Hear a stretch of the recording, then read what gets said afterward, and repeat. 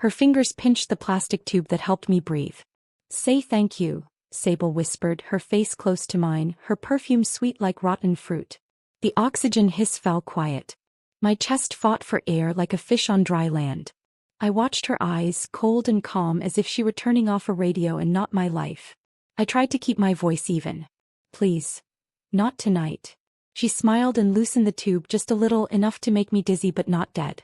"Remember," she said, tapping my phone on the table, "one call to anyone and I shut off more than air." She dropped the phone into her pocket and walked away, humming, while I slid my thumb under the chair cushion to feel the tiny blue key I had hidden there. I had already chosen tonight. My name is Eulalie Hart and I am 85 years old. Most folks in Maple Ridge, Ohio remember me as the blonde librarian who never charged late fees to kids who were trying their best. I baked lemon bars for book club, saved tin buttons in a jar, and married late to a man named Gideon who loved jazz records and quiet mornings. I do not have many friends now. Most of them moved south or passed on. My hair, still pale as straw, is thinner and my hands sometimes shake. But I have a spine and I have a memory. I also have a stepdaughter named Sable. A woman with perfect teeth, soft sweaters, and a heart that turned hard as ice. For 15 years she called herself my helper. For 15 years she made my house a cage. It did not start with the tube. It started with keys. On the week after Gideon died, Sable stood in my kitchen and set a neat stack of envelopes by the sink. "Bills," she said. "You don't need to worry. I'll manage everything." She took my spare keys for emergencies. Then she took my checkbook to pay the plumber. Then she took my car because old reflexes are dangerous. Each reason sounded kind, like a blanket tucked tight. I was grateful at first. I even told the pastor how lucky I was. But soon the mail stopped coming to my door. My friends stopped reaching me. The doctor's office called Sable, not me. When I said I missed driving to church, Sable laughed and said, "We can pray here." When I said I wanted to visit the park, she said, "The sun is too strong for old skin." When I asked for my keys back, she said, "You forget things, Eulalie." I did not forget. I kept a list in a floral notebook tucked inside a cookbook. Little lines like tally marks. Keys, car, mail, friends, money, voice. One winter the furnace coughed and died. The house went sharp with cold. I put on 2 sweaters. Sable arrived with a new space heater and set it at my feet. "Do not touch the settings," she said. "You'll break it." That night, while she checked the breaker, I smelled plastic burning. The heater glowed too hot. I reached for the dial and the plug sparked. I flinched and the metal edge bit my thumb. In the morning, Sable showed me the black mark on the rug like a teacher with a bad student. "This is why you don't touch things," she said. She made me sign a paper. She said it was an insurance form. My hand shook as I wrote my name. Later I found the same paper again in a folder. Durable power of attorney with my shaky signature at the bottom. I sat on my bed and pressed my palm to my mouth so I would not scream. I learned that fear can be silent and very, very loud at the same time. On better days I walked the hallway and touched the frames. Gideon at the lake with a slanted hat. Me in my blue dress, eyes bright as cornflowers. Sable as a teenager standing stiff at our wedding, lips thin, eyes tired. I tried to remember love. I tried to think of the day I taught a first grader named Hollis to read the word brave. He sounded it out slow, brave, and when he got it he clapped his own hand, surprised by the sound he'd made. I kept that feeling in a small room in my chest. Some days the door stayed shut. Some days, like today, it cracked open and lit a little path. In year 5, Sable moved a bed into the dining room, so I can be closer for night care. I did not need night care. But the bed stayed. In year 7 she set pill boxes and timed my sips of water. In year 9 she changed my doctor to a man who never looked at me when he spoke. He looked at Sable. In year 11 she told the neighbors I was depressed and needed rest, so please no visits. In year 13 she made me sign a house safety plan, that meant I could not open the door without her. In year 15, the year we are in now, she took my church locket, saying the chain was too thin for my delicate skin. The locket was my mother's. I cried in the bathroom where the fan could hide the sound. I wiped my face and packed a tiny bag with a sweater, a toothbrush and the little blue key, my last spare, hidden all this time inside a jar of buttons. I needed proof. A friend from choir, August Finch, once told me, "Truth has a sound. Catch it." So 3 weeks ago I hid a tiny recorder under the hallway table. It was the size of a pack of gum and looked like one too. I learned its red light by heart. I learned Sable's schedule. Tuesdays she drives to the pharmacy at 6 and calls her investor friend in the car. Tonight is Tuesday. The recorder holds hours of her words. She forgets. He can't handle money. I'll sell the place after winter. The last one hurt not because of the house but because she sounded so pleased. Yesterday I called August from the bathroom with the water running. I spoke fast. He said, "Leave the recorder by the side door. I'll be on Maple Street at 7:30. If I honk twice I'm there. If I don't wait. We do this careful." At 7:20 Sable came back early. "Pharmacist moved faster than usual," she said, checking the kitchen, eyes sharp like a hawk. She saw the side door deadbolt and nodded with that neat smile. "Good girl." When she pinched my oxygen tube I felt my plan crumble. But I also felt something else. Anger like a steady flame. I looked at her and said as polite as church, "You are cruel." She let the tube go and laughed. "No. I am practical." She walked to the window and peeked through the curtain. "Old women like you last longer than you should.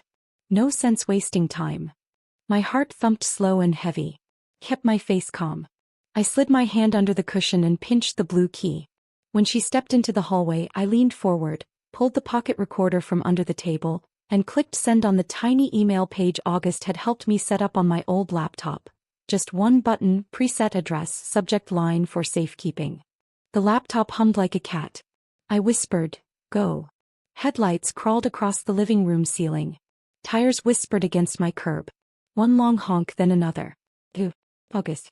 My heart flew like a trapped bird. I moved toward the side door. At that exact second the front lock rattled.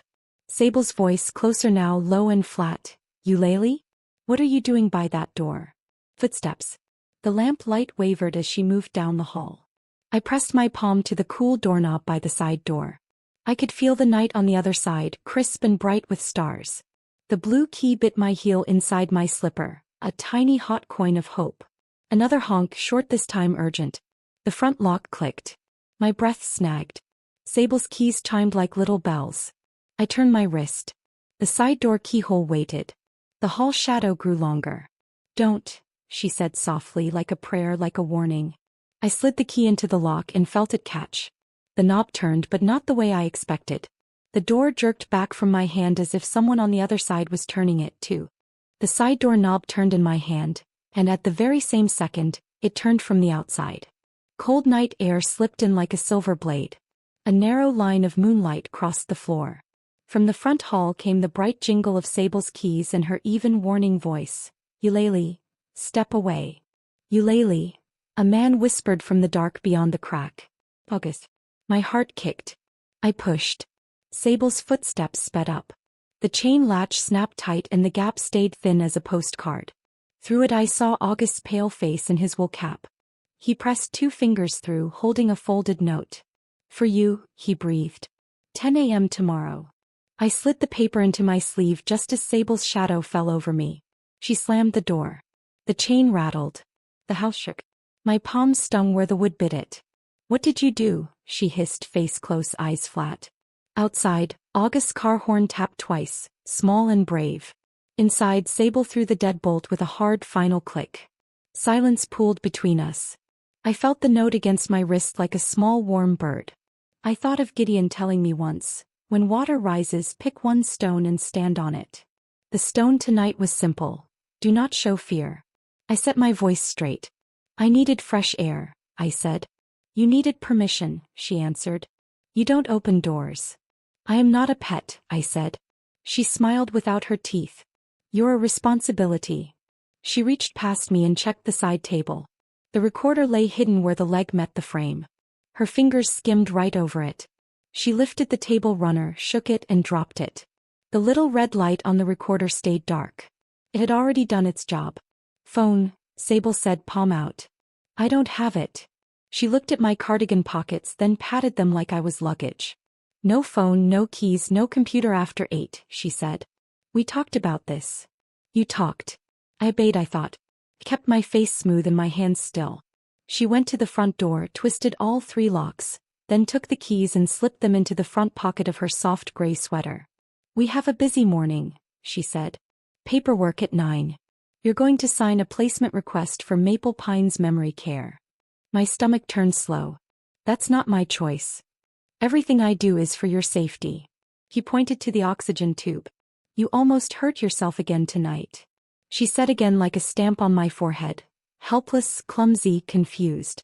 I was not confused. I was old and I was angry. I went to the couch and sat like I meant to. I crossed my hands in my lap to hide the shake. The house smelled like lemon and winter and old paper. The note in my sleeve scratched my skin. 10 a.m. tomorrow. I rolled the words in my head like a prayer. 10 a.m. is a stone. Stand on it. My eyes found Gideon's picture on the bookshelf. His hat crooked, his grin soft. The day we took that photo, Sable had stood off to the side with her arms folded, 16 and stiff.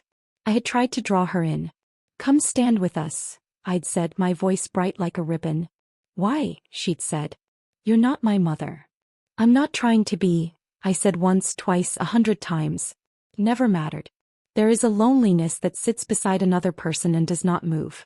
I learned to live with that seat taken. Sable went to the kitchen and turned the kettle on. Steam rose like a small ghost. She picked up the pill tray and shook out a tablet into her hand. Night dose, she said. I don't take that one at night, I said. You do now. What is it? She gave me the look she saved for children and waiters. It helps you rest. I kept my body quiet, but inside every bell rang. I thought of the nights I slept too long and woke cotton-headed with a taste like coins in my mouth. I thought of the times I could not remember noon until 3. I will not take it, I said. She set the pill on the table between us and slid a glass of water toward my hand. You will, she said. Because tomorrow is important and I need you calm. I met her eyes. You need me weak. Her smile snapped. Don't be dramatic, Eulalie. I picked up the glass and then I set it back down. My fingers left a wet ring on the wood. I want chamomile, I said. It helps me sleep. She stared at me for a long breath. Then she took the pill back, put it in the tray and poured me tea. Fine, she said. But you take the other one. I nodded and palmed the tablet under my tongue. In the kitchen, when she turned to rinse the mug, I spit the pill into my napkin and slid it into the trash under the coffee grounds. Small winds make a path. I walked it. When she finally went to the dining room and lay down on the narrow cot she kept for night care, I opened my floral notebook inside the cookbook, the place no one checked because no one ever cooked here but me. I wrote 4 lines in a thin, neat hand. Email sent 7:24 p.m. to August. Subject: for safekeeping. Side door. Chain latched. August came. Note in sleeve for 10 a.m. Sable. Paperwork at 9 Maple Pines. Pill refused. I tore the page out. I folded it small as a stub of chalk and tucked it into the hem of my sweater. I took the August note from my sleeve and put it under the lamp base. If she searched me, the sweater hem would look like thread. The lamp base looked like nothing at all.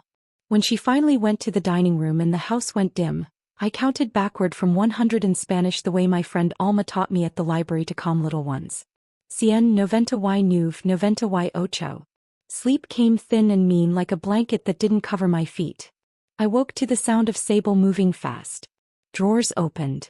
Paper rustled. A zipper cut the quiet. I looked at the clock.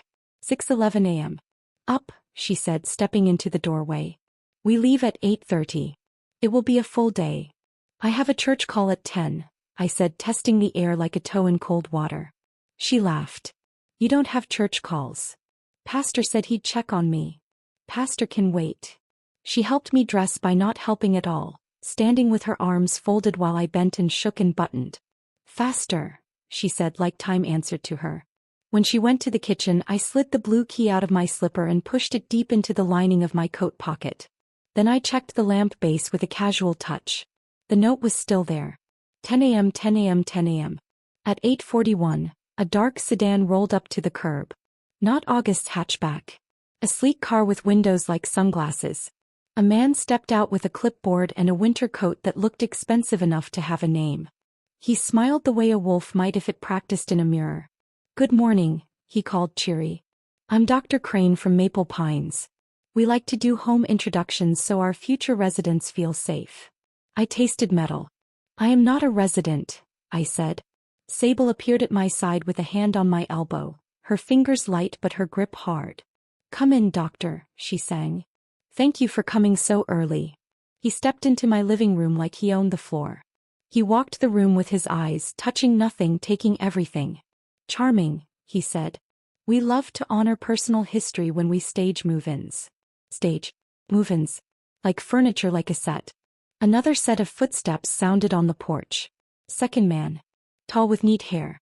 He didn't look at me, he looked around me. Simon, Sable said, voice lower, almost private. This is the space I told you about. The investor friend. Dr. Crane clapped his hands once. All right, Ms. Hart, he said brightly. We'll do a simple cognitive screen, then some signatures. Just a formality. Am I under arrest? I asked. He laughed. Of course not. Then I can say no. Sable's nails pressed into my skin. You're confused, she murmured for the visitors, and then to me, hard and small, be agreeable. I sat. Crane took the chair across from me. He asked me to draw a clock, to name animals, to remember 3 words. I named the animals slow and sure. Heron, badger, elk. I drew the clock with careful numbers and hands to 4:10. I repeated the words back. Apple, river, candle, and then added my own. Freedom. Crane's pen paused. He glanced at Sable. She gave him a look I knew too well. Make it come out right. Simon wandered into the dining room and ran a finger along the window trim like he was already calculating paint. We can list fast if paperwork is straight, he said. Crane flipped a page. Now the medical authority, he said, sliding a form toward me and uncapping a pen. Wait, I said. I want my own doctor. We're streamlining. I will read it, I said. It's standard. I will read it, I said again, and this time my voice had iron. He hesitated. Sable's mouth got thin. I took the page. The letters were small, but my eyes are stubborn. Words jumped out. Consent, transfer, agent, irrevocable. My hand did not shake. No, I said. I won't sign this. Sable leaned in so close her hair brushed my cheek. You will, she whispered. Or we'll do it another way. 3 knocks hit the front door. Firm. Even. Not the quick secret tap of August. Not the prissy rap of a neighbor. Crane and Simon looked up. Sable didn't move. Her fingers stayed on my elbow. The knocks came again, louder. Sable let out a small breath and went to the door. She opened it just a slice. A badge flashed. Bronze in morning light. A steady voice. Lucas County Sheriff. Welfare check for Ms. Eulalie Hart. Every hair on my arms lifted. August. He kept his promise. 10 a.m. had come to my 9. We're fine, Sable said, smooth. False report. My stepmother has dementia and... I'll speak with Ms. Hart directly, the deputy said. Not asking. Telling. She opened the door wider. A broad-shouldered man in a winter jacket stepped in, snow still melting on his boots. His name tag read Deputy Harlan Pike. He looked at me first. Not at Sable. Not at the men. At me. Miss Hart, he said, voice even. Are you safe here? Sable's hand closed on my elbow like a clamp. Pain shot up my arm. My mouth went dry. The room went small. I saw the lamp base with the note under it. I saw Crane's pen waiting, Simon's eyes already measuring curtains. I felt Sable's nails dig in, a silent threat. I thought of the recorder, the email, August's honk, Gideon's hat. The word brave sounded out by a boy in a library. Deputy Pike waited, eyes steady, not rushing me, giving me a small space to step into. I took a breath. I shaped a word. Sable's grip tightened. The deputy's brow tipped, a hint of please for you. I opened my mouth to answer. No. Deputy Pike's head tilted. His eyes sharpened. No, you're not safe? He asked, slow and clear. Sable's nails sank deeper into my elbow. She's confused, she said, her voice syrupy. She doesn't know what she's saying. I looked at him hard, harder than I thought my 85-year-old face could manage. I know exactly what I'm saying, I whispered. No. The deputy's jaw worked once, like he was steadying himself. His hand dropped toward the radio on his belt. Simon shifted by the dining table, restless. Dr. Crane tapped his pen on his clipboard, his smile stiff as a mask. Sable's grip burned through my sweater. The whole room felt like a seesaw waiting for one side to crash down.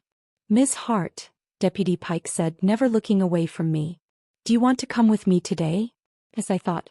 Yes, yes, yes. But the fear was a stone in my throat. Sable jumped in.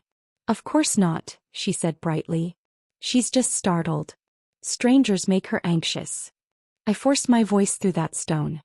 He's not a stranger, I said. Silence. Heavy. My heart banged against my ribs. The deputy gave a slow nod. All right then. He turned his gaze on Sable. Ma'am, please release her arm. Her hand loosened like a snake uncoiling, but she didn't step back. This is ridiculous. I'm her legal guardian. Do you have papers proving that? Pike asked. She blinked. Just once. A quick flicker. Crane cleared his throat and lifted the clipboard. I have forms prepared. No, I cut in. Those are not signed. Deputy Pike's eyes narrowed. That's all I needed to hear.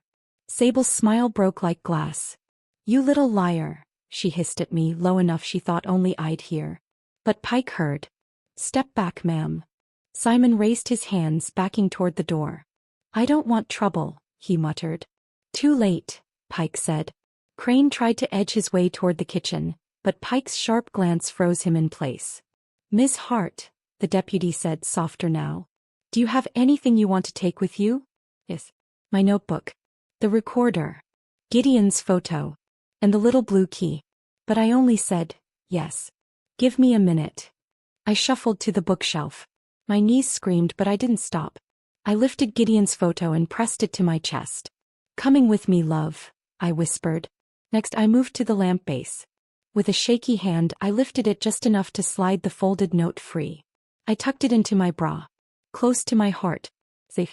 I looked once toward the hallway where the recorder slept under the side table. I couldn't reach it without Sable noticing. But my email had already flown. Proof lived out there now. That was enough. When I turned back, Sable was watching me with eyes like knives. You won't get far, she said softly. You can barely walk to the door. I held Gideon's picture tighter. Then I'll crawl. Pike moved closer to me, steady, careful. His presence was a shield. But Sable wasn't finished. As I stepped toward the door, she lunged, shoving my shoulder hard. My balance faltered. My cane slipped from my hand. For a heartbeat I thought I'd fall. But Pike's arm caught me. He steadied me, set me upright. His voice came out like iron. That's assault. Sit down, ma'am. Right now. Sable's chest heaved. She's destroying everything. Sit down. His tone left no room for air. She froze, then dropped into the armchair with a huff, her face twisted and red. Pike helped me to the door. Each step felt like a mile, but it was a mile I owned. Outside, the winter air bit my cheeks. August's car was gone, but the deputy's cruiser sat steady at the curb, engine running, warm air fogging the windows. Take your time, Pike murmured. The sidewalk was slick, but I made it. Every breath cut sharp and cold, but I filled my lungs with it anyway. Oxygen. When he opened the cruiser door, I hesitated. The house loomed behind me, its windows like watching eyes. 15 years of silence pressed at my back. 15 years of being told no, being told weak, being told less.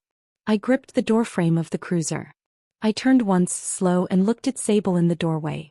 Her arms were folded, her smile stretched too thin. You won't win, she mouthed. But inside my pocket, the blue key dug into my palm. And in my chest, Gideon's picture pressed against my heart. I slid into the cruiser seat. The door shut with a solid, final thud. Pike clicked his radio, speaking in codes I didn't understand. The words buzzed around me, but I held on to one thought, one vow, clear as a bell. I am not finished. 15 years she took from me. 15 years of silence. But silence has an end, and mine ended today. As the cruiser pulled away from the curb, I whispered it out loud, just for me, just for Gideon, just for the child I once taught to say brave. I will break free. The cruiser turned the corner and the house slipped out of sight. Relief fluttered in my chest, until I noticed something in the side mirror. Another car. The headlights low.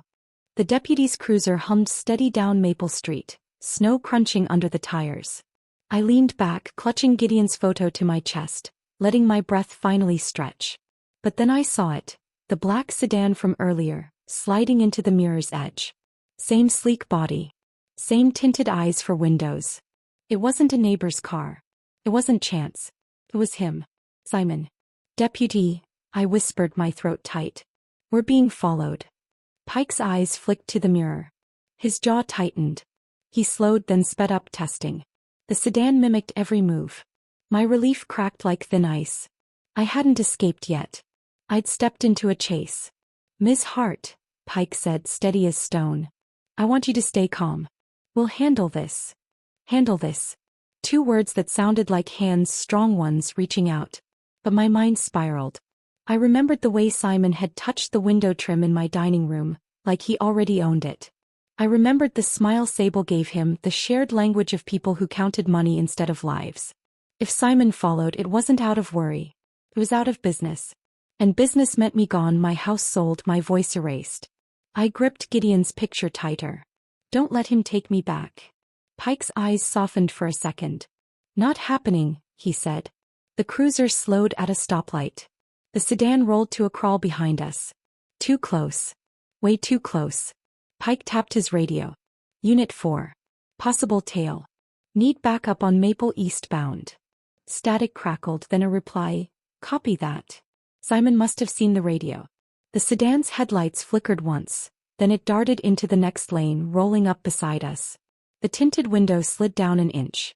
A hand lifted in a casual wave, like this was friendly. Like this was nothing. I saw the gold watch on his wrist. The same one he tapped when talking to Sable, like time itself was his pet. "Keep your eyes forward," Pike murmured. The light turned green. Pike pressed the gas. The sedan hung back, then surged, then fell again, a cat playing with a mouse. My heart thudded with a rhythm I hadn't felt since the war years, when I was just a girl, running down alleys with blackout curtains pulled across windows. My mother had said, "Keep moving, Eulalie. Keep your head down. Don't let fear choose your path." Thought of that now.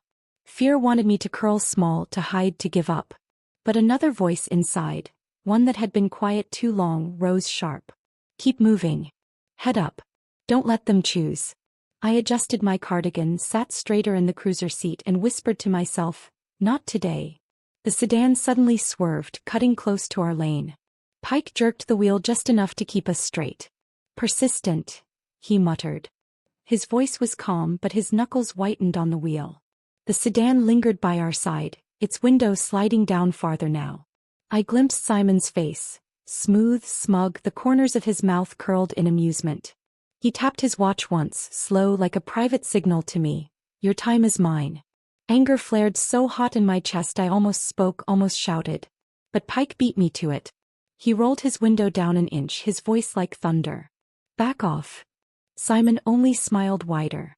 Then the sedan slowed, slipping behind us again. "Why's he following?" asked my voice small. "Control," Pike said.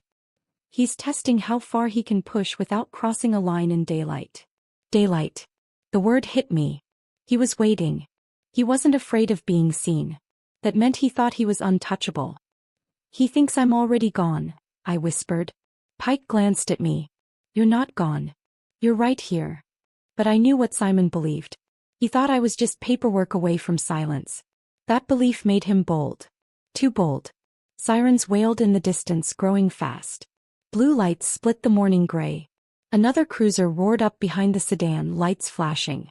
The sedan slowed. Simon's window slid shut. The car turned sharp into a side street, tires spitting slush. "Coward," Pike muttered, easing the wheel. He radioed quick directions to the second unit, sending them after the sedan. I sagged against the seat, breath shaking. Relief swelled, but fear lingered. "He'll come back," I said. Pike nodded once. "Maybe. But next time he won't find you alone." We pulled into the sheriff's substation, a squat brick building with an American flag snapping in the cold wind. Pike helped me out, his hand steady on my arm. Inside, the air smelled of coffee and paper. He led me to a small room with 2 chairs and a table. "You'll be safe here while we get things sorted." I sat, laying Gideon's photo on the table like a witness beside me. "Do you have family we can contact?" Pike asked. I shook my head. "Just friends. Old church friends. One named August Finch." "August is the one who called us," Pike said. My throat tightened. Loyal August. Quiet, steady August. He hadn't left me alone after all. The door opened again. A woman walked in, short dark hair, glasses, a file in her hands. She introduced herself as Detective Callahan. She sat, laid the file on the table and looked me straight in the eye. Ms. Hart, we received an email last night from your account. Attached was an audio file. It's Sable's voice talking about selling your house, controlling your money, restricting your movement. It's damning. I blinked. The email. The recorder. It had worked. Detective Callahan leaned forward. With your testimony and this recording we can build a case. But, she hesitated. We'll need you willing to stand in court against your stepdaughter. My chest fluttered. Court, judge, jury. The thought of sitting there, frail and old, while Sable glared daggers across the room, it chilled me. But then I remembered her whisper, the squeeze of the tube, the stolen years. And I remembered the boy Hollis, clapping for himself when he said brave. I looked at the detective. My voice was quiet but steady. I'll stand. Relief softened her face. She slid the file toward me. Good. Because there's one more thing you need to see. She opened it. My stomach dropped. Inside was a birth certificate. My name listed as mother. The father's name, blank. Detective Callahan tapped the paper. This child was listed as stillborn in 1978. But records show that wasn't true. The infant was adopted privately. By a woman named Sable Crane. My hand trembled. My voice cracked. No, you're telling me. Detective Callahan nodded, grim. Your stepdaughter is your daughter. The word daughter landed like a stone in my stomach. My mouth went dry and Gideon's photo slipped from my hand onto the table with a soft thud. No, I whispered. That's not possible. That's not. But the paper sat there, cold and certain. My name. The date. The word mother. Detective Callahan leaned closer, her voice gentle but unshaken. It's hard, I know. But all the documents line up. Sable Crane was your biological child, placed in a private adoption before you ever signed hospital release forms. The walls of the small interview room seemed to bend, closing in. The air thickened. My knees trembled as if they might crack. My own child, I muttered. All this time, my own blood. The year 1978 came rushing back like floodwater. I was young, blonde curls tucked under a nurse's cap. I remembered the shame in my father's eyes when he learned I was pregnant out of wedlock. I remembered the nuns at St. Catherine's whispering about correction homes for girls like me. I remembered holding a swaddled infant for only a minute.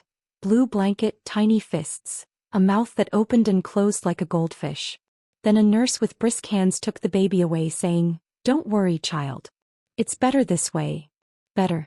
For 40 years I believed that baby had died. Better than living in shame. Better than being raised in poverty. Now, sitting in that gray little sheriff's room, I realized better had turned into 15 years of torment under the hands of the child they told me I'd lost. Rage rose hot in my chest, sharper than any knife. My own daughter had called me useless. My own daughter had tightened my oxygen tube. My own daughter had taken my keys, my friends, my voice. Why? I whispered, gripping the table so hard my knuckles ached. Why would she hate me so much? Detective Callahan's eyes narrowed. Maybe she doesn't know. Maybe she does. That's what we'll find out. I shook my head hard. She knows. The certainty settled deep, heavy as lead. He knows who I am. That hatred wasn't born in ignorance. It was personal. Blood deep. Deputy Pike stood by the door, quiet all this time, letting me absorb the blow. Now he stepped closer, laying a steady hand on my shoulder. Ms. Hart. Eulalie, sometimes family cuts deepest. But blood doesn't erase what she's done. I nodded, though tears blurred the table into nothing but gray and light. My heart twisted with an ache older than my bones. A daughter I never got to raise. A daughter turned enemy. A daughter who'd stolen my golden years. The tears spilled anyway. I let them. Sometimes water has to break before stone shows underneath. When the tears dried, what remained was not weakness but steel. I wiped my eyes with the hem of my sleeve, sat up straighter and met Callahan's gaze. You'll have my testimony, I said. And you'll have every memory she ever left on my skin and in my house. Callahan nodded. Good. Because the DA will need you strong. And because Sable Crane won't go down without a fight. Her voice carried no doubt. Just fact. Then let her fight, I whispered. This time I'll swing back. They gave me tea in a styrofoam cup. Tasted like cardboard, but the warmth seeped into my hands. I sat alone for a while, staring at Gideon's photo propped against the file.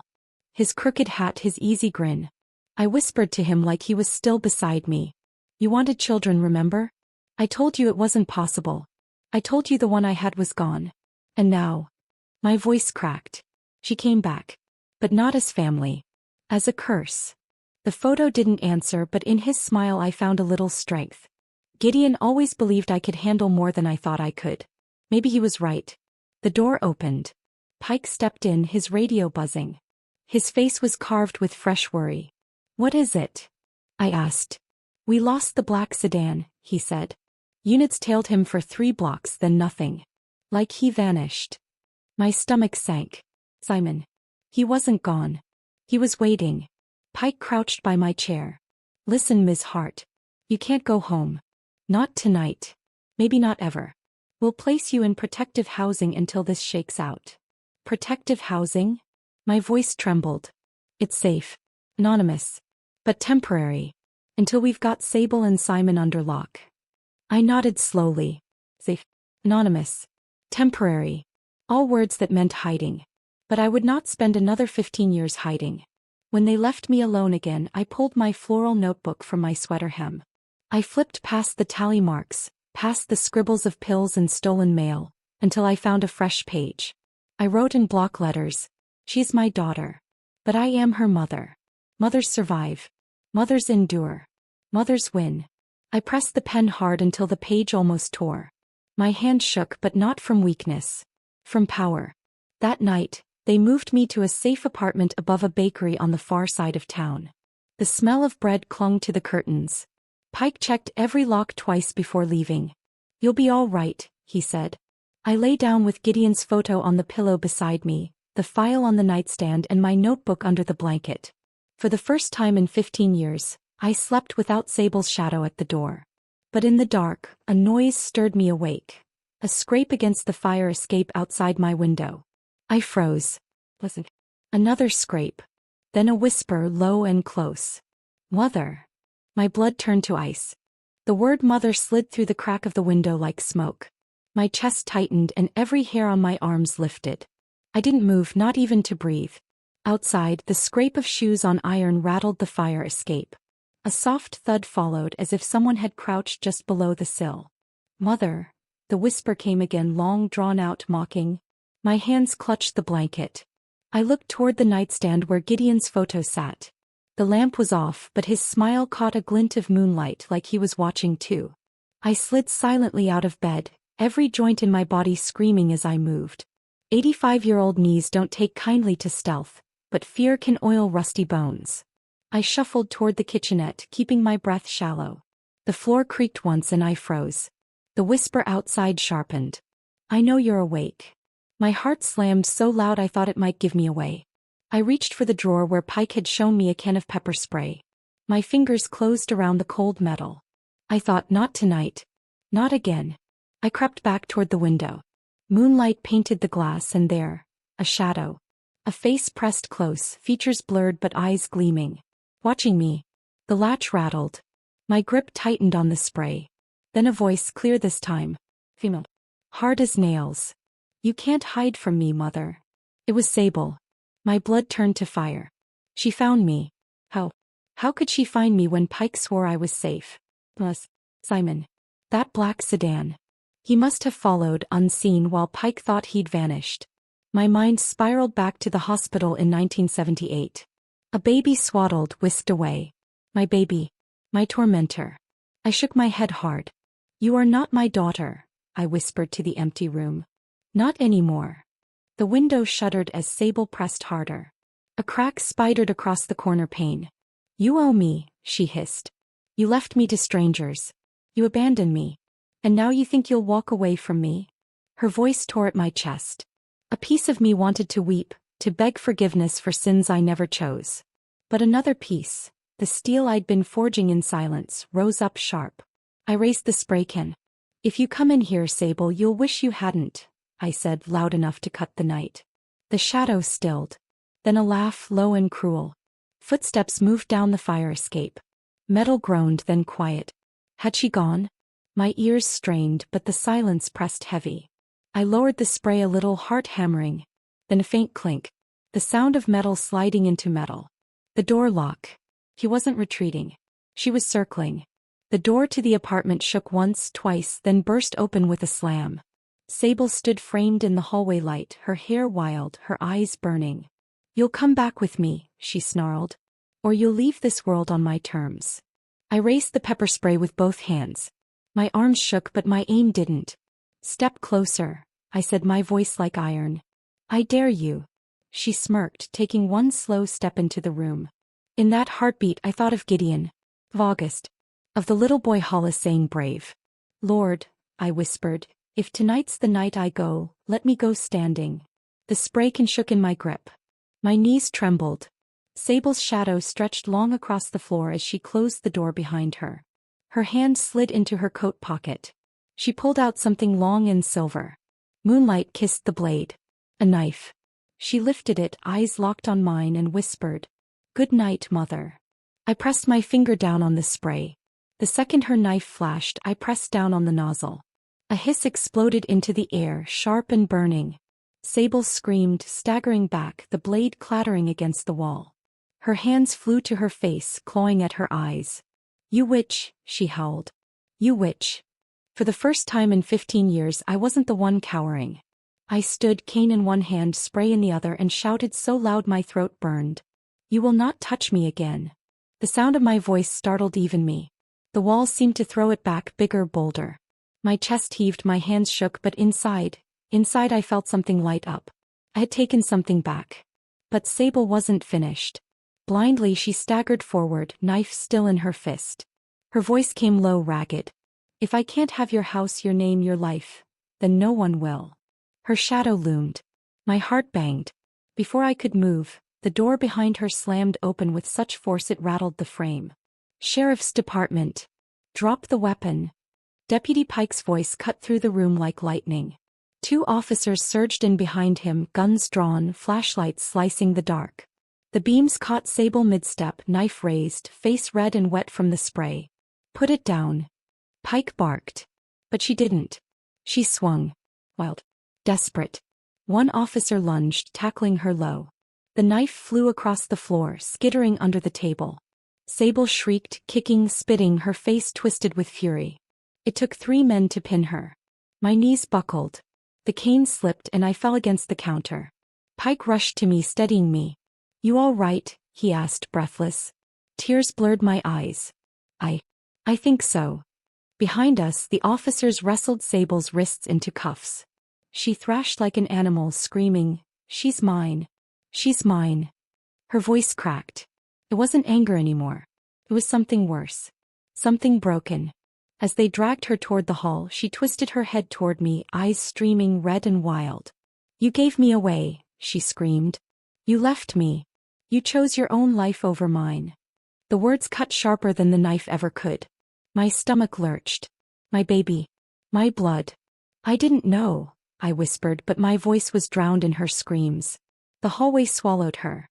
The slam of the stairwell door echoed like a gunshot. Silence followed, heavy and absolute. I sank into the nearest chair, clutching Gideon's photo against my chest. The tears came fast this time, hot and relentless. "She was mine," I whispered to Pike. "All these years. She was mine." He crouched beside me, his face lined with something between sorrow and duty. "That doesn't excuse what she did. Blood doesn't buy forgiveness." "I don't want forgiveness for her," I said, shaking my head. I want to know why." Pike had no answer. None of us did. As they carried Sable down the fire escape, a sound drifted from the alley below. A car engine. I moved to the window and looked down. The black sedan. Simon stood beside it, cigarette glowing between his fingers. His face tilted up, and for one chilling second our eyes met. He didn't run. He didn't shout. He only lifted his cigarette in a mock salute, and slid into the driver's seat. The car rolled away, silent as a phantom. Pike swore under his breath. "He's not done. Not by a long shot." My hand trembled on the windowsill. "He'll come for me." Pike turned, his jaw hard. "Then we'll be ready for him. You're not alone anymore, Eulalie." But in my chest, fear and fire twisted together. Simon wasn't like Sable. Sable's rage was personal, blood deep. Simon's was cold. Calculated. He wanted more than me. He wanted everything. They settled me back into the chair, officers still buzzing through the apartment. My heart began to steady, though my soul quaked. On the table sat the file Callahan had left earlier, the one with my name and Sable's. But now a new paper had been slipped under it. Something no one had carried in, something no one had seen placed there. I unfolded it with trembling hands. Typed in bold black letters. She is just the beginning. S. The paper slipped from my grasp. My blood turned to ice. The paper lay on the table, its words burning into me like fire. She is just the beginning. S. My stomach dropped. My breath came shallow. Simon had been here, inside this room while we fought Sable. He'd slipped the note under the file as quiet as a shadow. Deputy Pike snatched it up, his jaw tight. Damn it. He's taunting us. Detective Callahan stormed in, her face pale but her eyes sharp. He's escalating. This isn't just about property. This is psychological warfare. But for me it wasn't just war. It was survival. I sat very still, Gideon's photo in my lap. The words on that note echoed louder than Sable's screams. Just the beginning. What did that mean? Who else was he after? Was this about me or was it bigger? A thought dug its claws into me. He won't stop until I'm erased. And worse, he dragged Sable into it, fed her anger, sharpened her hate. Maybe he had been the wolf whispering in her ear for years, shaping her rage into a weapon. I pressed my hand against my chest. My heart thumped weak but steady. He won't have me. Not yet. Pike leaned on the table, knuckles white. We're not waiting for Simon to make the next move. We'll bait him. Callahan's brow furrowed. Bait him with what? Not what, Pike said. Who? His eyes flicked to me. A chill raced down my spine. You mean me? No, Callahan cut in. She's a survivor, not bait. But Pike's jaw set. She's also the one Simon wants. And if we control the stage, we control the end. The room went silent. My heart pounded. Bait. After 15 years of being prey, they wanted me to step into the trap on purpose.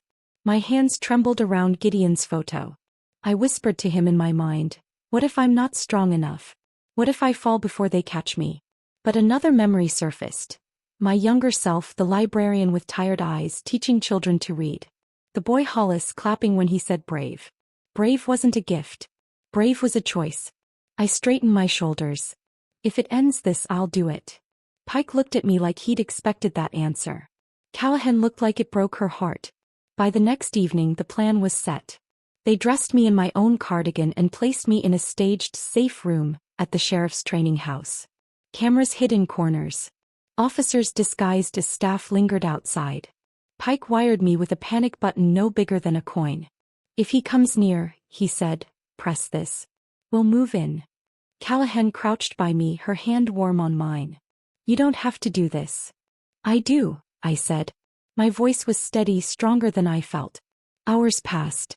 The clock ticked loud in the silence. I sat on the bed, staring at the door, my fingers brushing the panic button again and again. Every creak of the building made my heart leap. Every shadow looked like him. Alone in the quiet, my thoughts turned inward. What kind of mother births a child into this world and loses her to monsters? What kind of woman lets a daughter turn into her enemy? Tears pricked, but I blinked them away. Simon wanted me weak. He would not see me weep. Near midnight, the door creaked. A slow, deliberate sound. I held my breath. The knob turned. The door swung inward and there he was, Simon. Dark coat, slicked hair, that same smug smile. He stepped inside like he owned the air. Evening, Miss Hart, he said softly. Or should I say, mother-in-law? The word sliced through me. Mother-in-law. He smirked, closing the door behind him. Sable isn't just your daughter. She's my wife. My knees buckled. I grabbed the bed frame to keep from falling. Wife. The man who'd whispered in her ear, who'd twisted her, wasn't just her partner in crime. He was her husband. You ruined her, Simon said coldly. Left her to rot in strangers' arms. I gave her everything. And now she gives me you. My throat closed. The bile of betrayal rose hot. Not only was my abuser my daughter, her tormentor, her accomplice, her puppeteer, was bound to her by vows. Simon stepped closer, his smile like a knife. So here's how it goes. You sign everything over. House, accounts, assets, all of it. Or, he tapped his temple. Sable doesn't stay locked up long. And when she gets out, she'll finish what she started. My hand hovered near the panic button. My pulse thundered. Simon leaned closer, his whisper hot and cruel. Press that button and 3 officers die before they reach this room. Don't press it and maybe you live.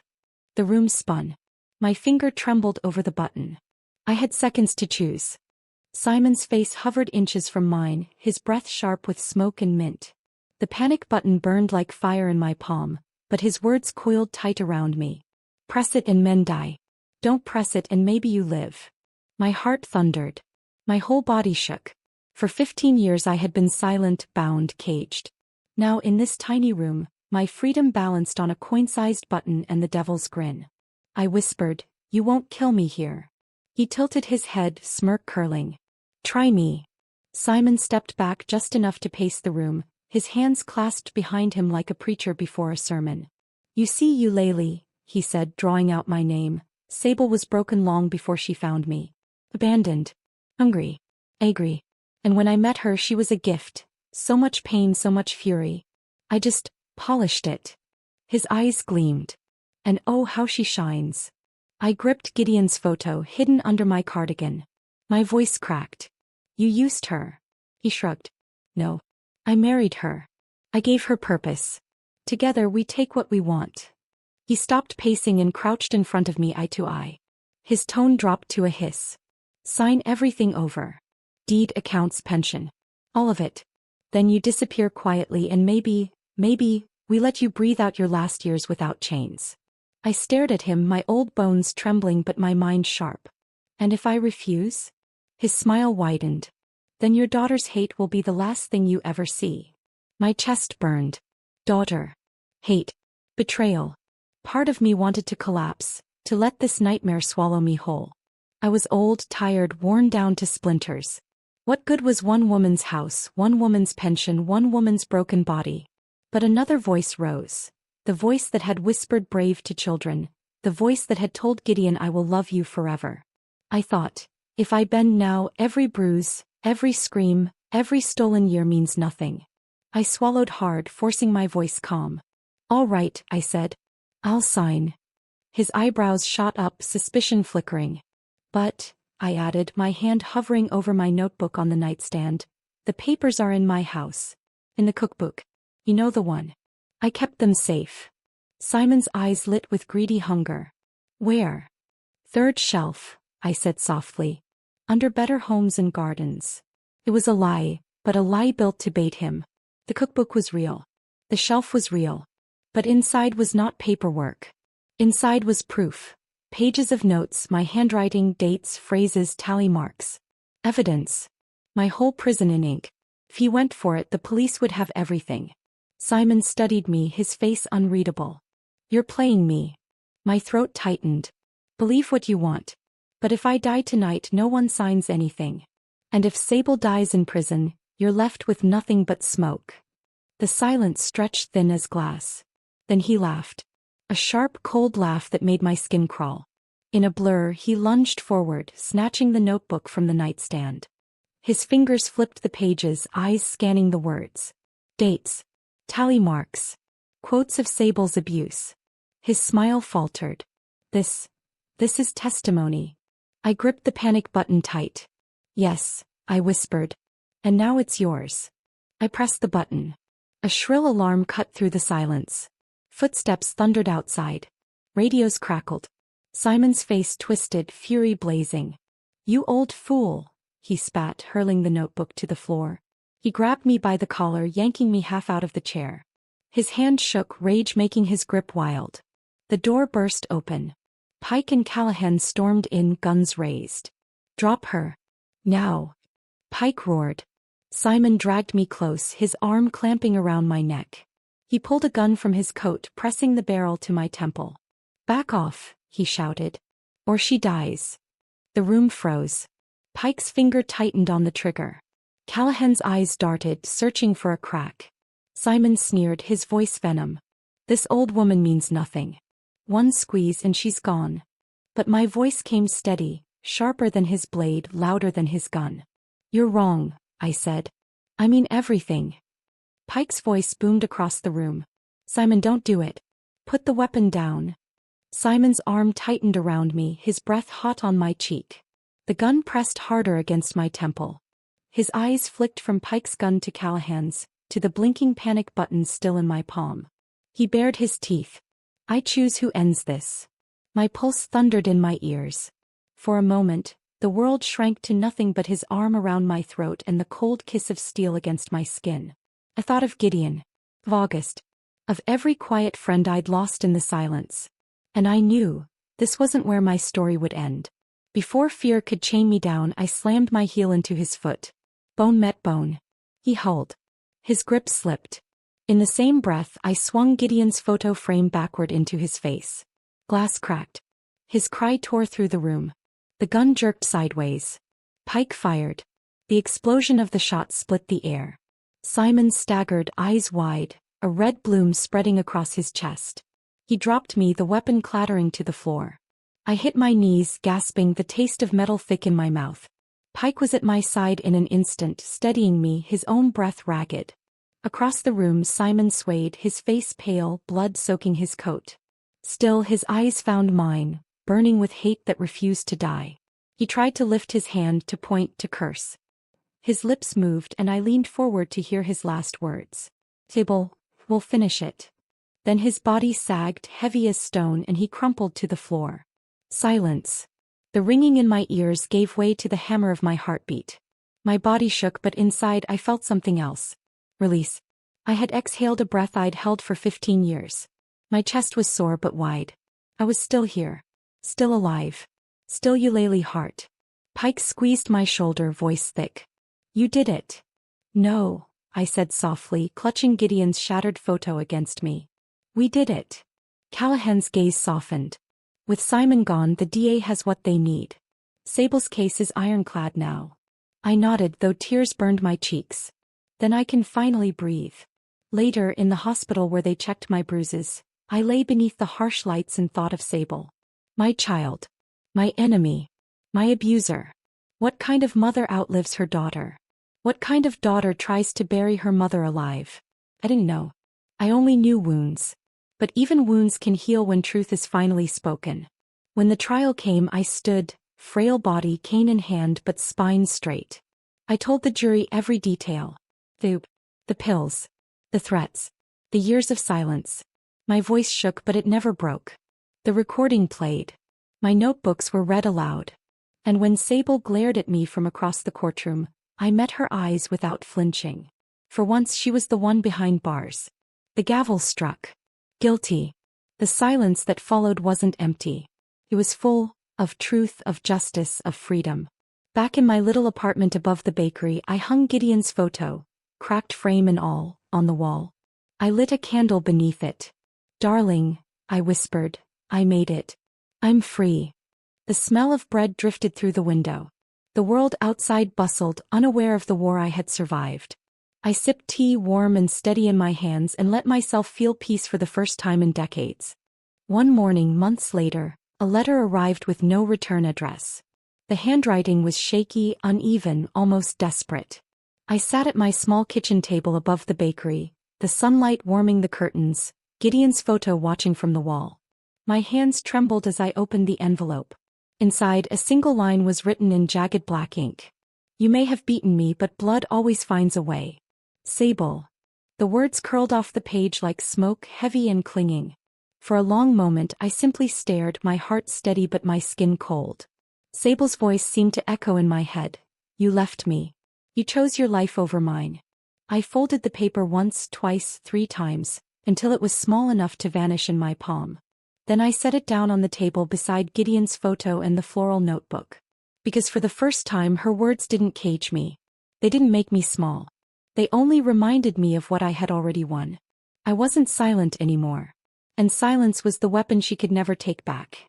I poured myself another cup of tea, let the scent of bread from downstairs drift up through the floorboards, and whispered to the photo on the wall.